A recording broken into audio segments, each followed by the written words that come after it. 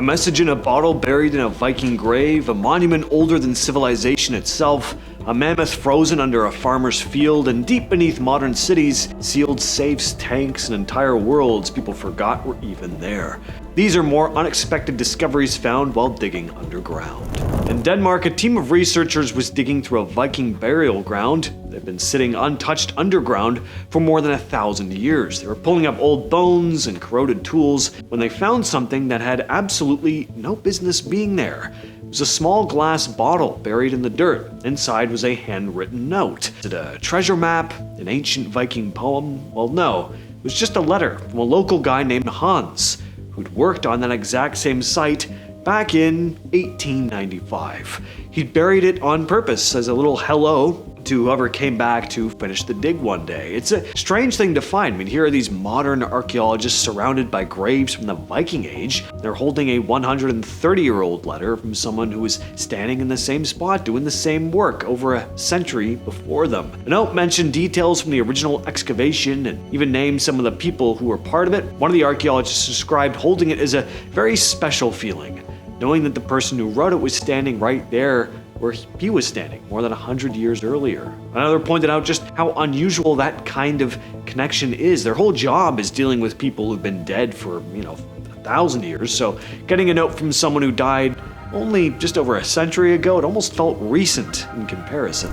In southeastern Turkey, there's a site called Göbekli Tepe. A survey team noted it back in 1963, but it wasn't until archaeologists Klaus Schmidt started digging in 1994 that anyone understood what was actually there. What they found was enormous stone pillars, some weighing up to 20 tons, arranged in circles and carved with images of animals, snakes, foxes, and birds. The structures go back to around 9600 BCE. That's over 11,000 years ago. Thousands of years before Stonehenge, thousands of years before the pyramids. And here's the part that makes it hard to wrap your head around. When this place was built, people were still mostly hunter-gatherers. Agriculture, as we think of it, settled farms, permanent villages, it wasn't really a thing yet. The old assumption was that civilization came first, and then you got the big structures. Göbekli Tepe flips that on its head. Somehow, people without permanent settlements were organizing in large enough numbers to plan and build something like this. There's no strong evidence that anyone actually lived here, though. Best guess is that it was used for rituals or large gatherings, but they're still not exactly sure. In 2015, a farmer named James Bristol and his neighbor were digging a trench on his property in Lima Township, Michigan. They were putting in a drainage pipe about 8 feet underground when the backhoe hit something solid. They figured it was probably a rock or an old tree root, and they pulled it up. It was a bone, roughly 3 feet long. That clearly didn't come from anything living on the farm. Bristol contacted the University of Michigan Museum of Paleontology, which happened to be about 10 miles away, and a team came out to take a look. Bristol gave them 1 day. He had farming work to get back to, so they moved quickly, and what they found was a partial skeleton of a Jeffersonian mammoth, a massive animal that roamed North America until about 12,000 years ago. Michigan has had around 30 mammoth finds over the years, but this one was especially well preserved. They dug up the whole skull with its gigantic tusks. Incredibly cool find. Old cities have a habit of building right on top of their own history. In places like New York, construction crews doing underground utility work have occasionally broken through to something unexpected. Old iron safes from the 1800s buried several feet down. It typically belonged to banks, jewelers, or other businesses. When the buildings above them were torn down, the safes were often just left behind.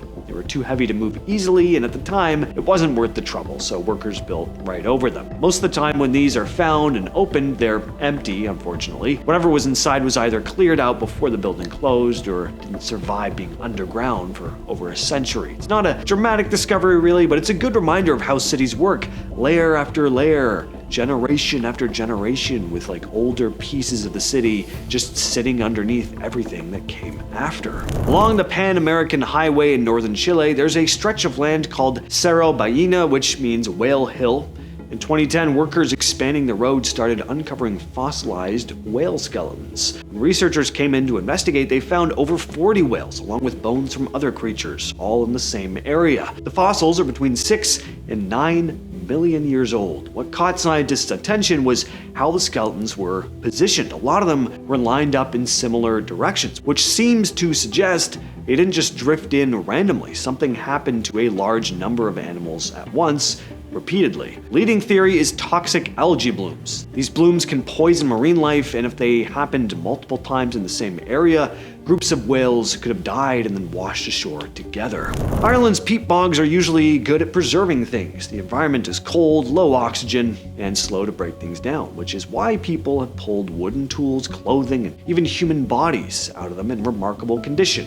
In 2016, a man cutting turf found a large waxy lump buried underground. It weighed around 22 pounds and turned out to be something called bog butter, which is literally just butter found in bogs. It was roughly 2,000 years old. In ancient Ireland, butter was buried in bogs for different reasons. To store it, to hide it, or possibly as some kind of offering. The reasoning isn't always clear. What is clear, though, is that even after all that time underground, the chemical structure of the fat is still pretty much the same. The smell is apparently a totally different story, though. Not anything you'd want near your food. After World War II, not every tank and armored vehicle got stored in a museum or melted down for scrap. Some of them were just buried. Across parts of the UK, construction workers and farmers have dug up tanks and other military equipment, sometimes only a few feet below the surface. In many cases, they were buried on purpose. It was just the fastest way to clear land after the war ended, and pulling them out wasn't seen as worth the effort. So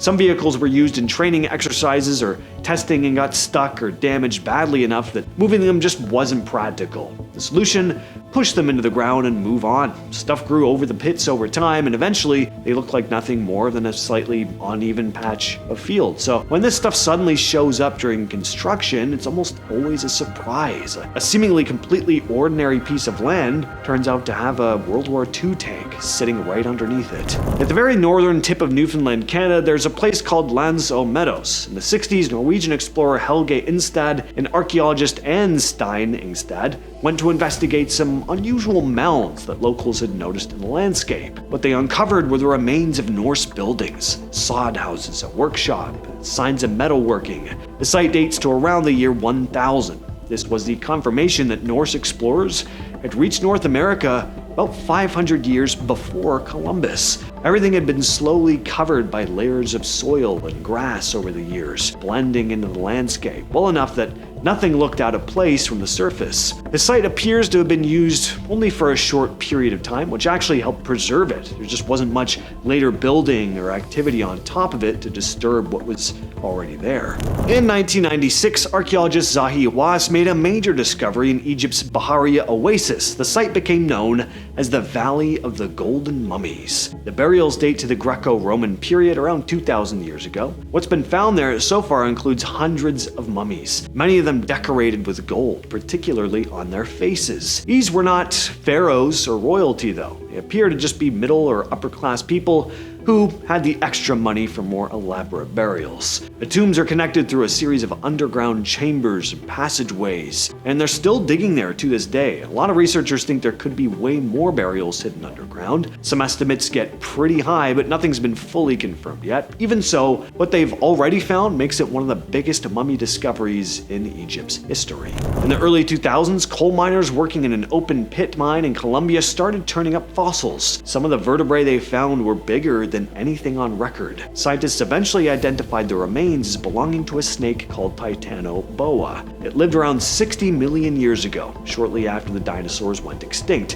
and based on the fossils, it was about 13 meters long, or roughly 42 feet. That makes it the largest snake ever discovered, and some say these things could have even reached like 50 feet. Snakes are cold-blooded, which means their body size is directly tied to how warm their environment is. The hotter the climate, the larger they can grow. So safe to say it was pretty hot there back in Titanoboa's day. It lived in a dense, swampy, tropical environment, and over millions of years, the landscape slowly compressed and turned into coal. That's why its fossils ended up buried so deep, only showing up once miners started cutting into those layers. That's been the video. I will catch you, yes, you specifically, in the next one.